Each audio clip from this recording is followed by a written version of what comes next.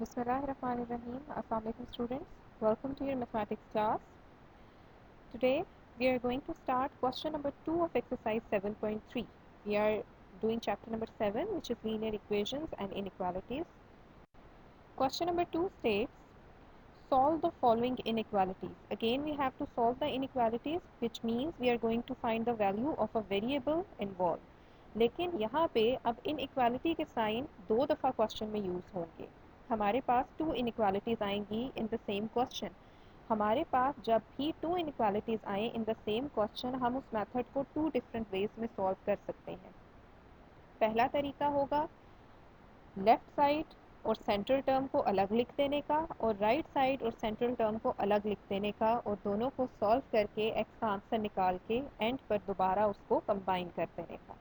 दूसरा मेथड होगा कि एज इट इज़ जो क्वेश्चन गिवन है उसी को ही हम लेकर चलें. पहला मेथड तब अप्लाई होगा, लाजमी तौर पर तब अप्लाई किया जाएगा जब एक्स वेरिएबल सेंटर के अलावा लेफ़्ट या राइट पर भी मौजूद हो. अगर वेरिएबल सिर्फ सेंटर में मौजूद है तो हम अपना सेकंड मेथड जो कि क्वेश्चन को एज इट इज़ लेकर चलने वाला है वो यूज़ कर लेंगे. तो फर्स्ट पार्ट में क्योंकि एक्स सिर्फ सेंट्रल टर्म में मौजूद है, लेफ़्ट और राइट की इनइक्वालिटीज़ के साथ वेरिएबल नहीं है, इसलिए हम अपने क्वेश्चन को एज इट इज़ सॉल्व करेंगे. सबसे पहले हमें सेंटर से +5 को ख़त्म करना है, क्योंकि इन क्वेश्चंस में इन इनइक्वालिटीज़ के सोल्यूशन में हमें एक्स को सेंटर में अकेला करना है. लेफ़्ट और राइट पर हमारे पास डिजिट्स होने चाहिए, नंबर्स होने चाहिए. सो 3x को यहाँ अकेला करने के लिए +5 को हमें माइनस करना होगा. +5 को माइनस हम सेंटर में भी करेंगे, राइट पर भी करेंगे और लेफ़्ट पर भी करेंगे.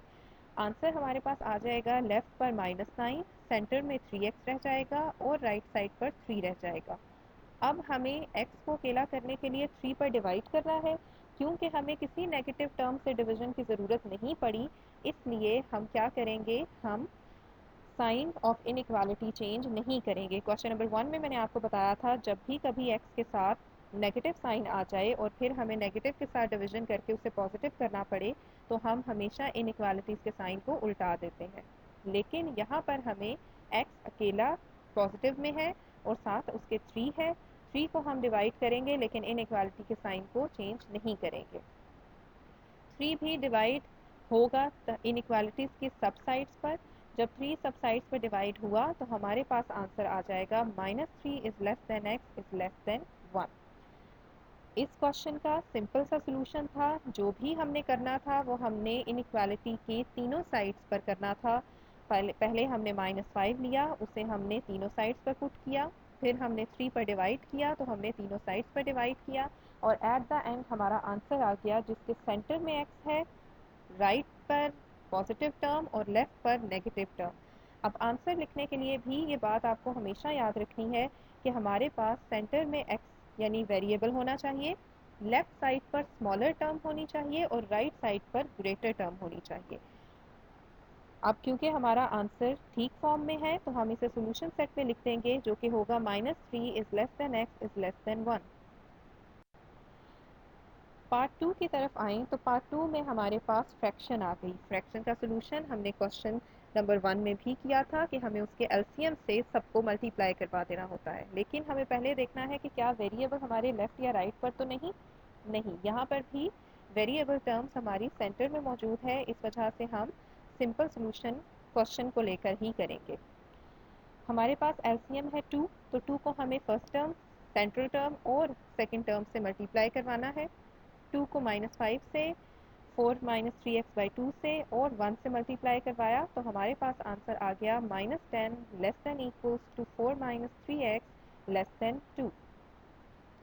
अब हमें सेंटर में x को अकेला करना है. हमारे पास सेंटर में +4 मौजूद है, इसका मतलब हमें यहाँ भी -4, यहाँ -4 और यहाँ -4 पुट करना है.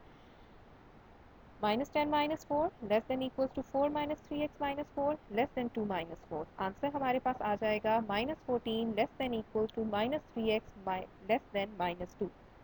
अब आप देख सकते हैं कि हमारे पास सेंटर में x के साथ -3 है और क्योंकि x के साथ नेगेटिव साइन आ गया और हमें -3 से तमाम साइड्स को डिवाइड करना है तो हमारा नेक्स्ट स्टेप क्या होगा कि हमने इनइक्वालिटीज़ के साइन को चेंज कर देना है।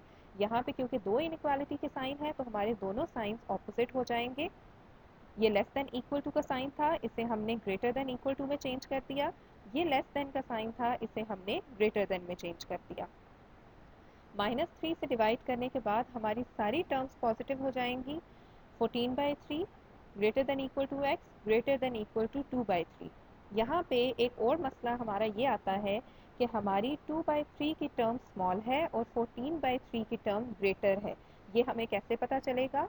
14/3 को अगर आप 14 को अगर आप 3 पर कैलकुलेटर में डिवाइड करें तो हमारे पास आंसर 4.666 आ जाएगा, जबकि 2/3 को अगर हम डिवाइड करें तो हमारे पास आंसर 0.666 आएगा। इसका मतलब 0.6 की टर्म छोटी है और 4.6 की टर्म बड़ी है। अब हमें 14/3 को राइट पर और 2/3 को लेफ्ट पर लिखना है। इसे लिखना कुछ भी मुश्किल नहीं है। पहले हम लिख देंगे 2/3। अब उसका साइन क्या है? उसके साइन का ओपन एंड एक्स की तरफ है, तो यहाँ भी हमने उसके साइन का ओपन एंड एक्स की तरफ रखा। उसके बाद एंड पे हमने लिखना था 14/3।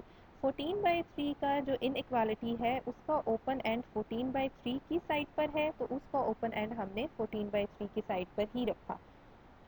इसमें कुछ भी मुश्किल नहीं है, x as it is centre में रखना है, 2/3 यहाँ और 4/13 यहाँ ले आना है, लेकिन 14/13 हमें लेफ्ट साइड पर राइट साइड पर ले आना है। उसके बाद इनइक्वालिटी लिखते हुए हमें सिर्फ ये ध्यान रखना है कि इनइक्वालिटी का ओपन एंड किस साइड पर है। 2/3 की इनइक्वालिटी का ओपन एंड एक्स की तरफ था, हमने नीचे भी ओपन एंड एक्स की तरफ रखा।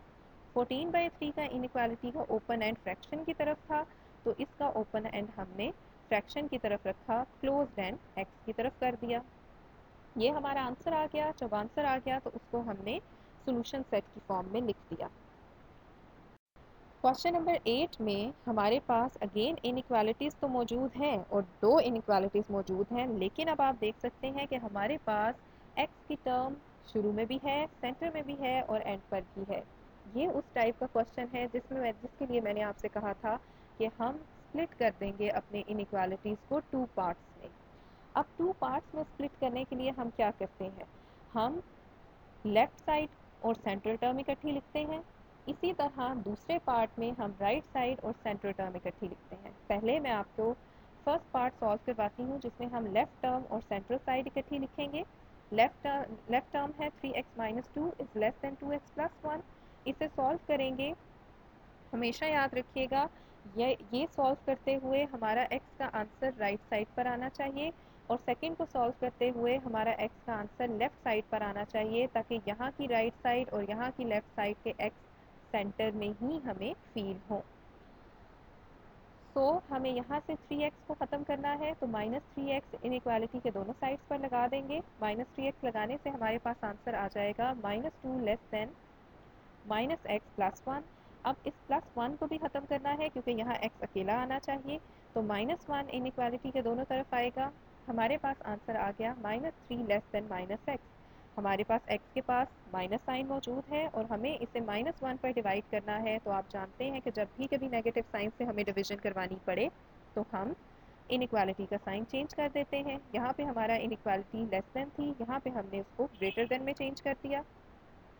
हमारे पास पहला आंसर आ गया 3 इज़ ग्रेटर देन x। अब हम दूसरी साइड पे चलेंगे, जिसमें हमने अपनी राइट साइड को सेंट्रल टर्म को इकट्ठा लिखना है। सेंट्रल टर्म थी 2x + 1 लेस देन 4x + 17। यहाँ पे हमें 2x की तरफ 4x को लेकर आना है, तो प्लस है 4x - 4x दोनों साइड पर लगाएंगे। ये चेंज हो जाएगा -2x + 1 एज इट इज़ रहेगा लेस देन 17। +1 को ख़त्म करने के लिए -1 हमें बोथ साइड्स पर पुट करना है इनइक्वालिटी के। आंसर हमारा आ गया -2x लेस देन 16। अगेन हमें क्योंकि -2 से डिवीजन करनी है तो हमें अपने लेस देन साइन को ग्रेटर देन में चेंज कर देना है। हमेशा हमें नेगेटिव साइन को ख़त्म करते हुए अपना इनइक्वालिटी का साइन चेंज कर देना होता है। तो हमारे पास आंसर आ गया x इज़ लेस देन 8। अब हमारे पास यहाँ दो आंसर है। अब इसको लिखने का तरीका क्या होगा? आपको पता है कि हमेशा हमने अपने ग्रेटर आंसर को या ग्रेटर टर्म को लेफ्ट पर और स्मॉलर टर्म को राइट पर लिखना होता है। अब हम अपने दोनों आंसर्स को इकट्ठा लिखते हैं जो कि हैं 3 is greater than x and x is greater than -8। पिछले क्वेश्चन में क्वेश्चन नंबर 2 सॉल्व करते हुए मैंने आपको बताया था कि जब हमने x को कंबाइन करके लिखना होता है तो हमने स्मॉलर टर्म लेफ्ट साइड पर और ग्रेटर टर्म राइट पर आनी चाहिए हमेशा, क्योंकि हमें नंबर लाइन बतानी है कि x की रेंज इस नंबर से इस नंबर तक है, तो हमें रेंज हमेशा लेसर टू ग्रेटर बतानी होती है। अगर मैं इसको -8 को पहले लिखूं तो -8 के साथ जो इनइक्वालिटी का साइन है उसका ओपन एंड x की तरफ है, तो x की तरफ ही हमने उसका ओपन एंड कर दिया। उसके बाद 3 को हमने लास्ट में लिखा और उसके साथ जो इनइक्वालिटी है उसका ओपन एंड 3 की साइड पर है, तो यहाँ पर हमने इनइक्वालिटी का ओपन एंड 3 की साइड पर ही रखा। एट द एंड इसको हम सोल्यूशन सेट में लिख देंगे, that is the final answer.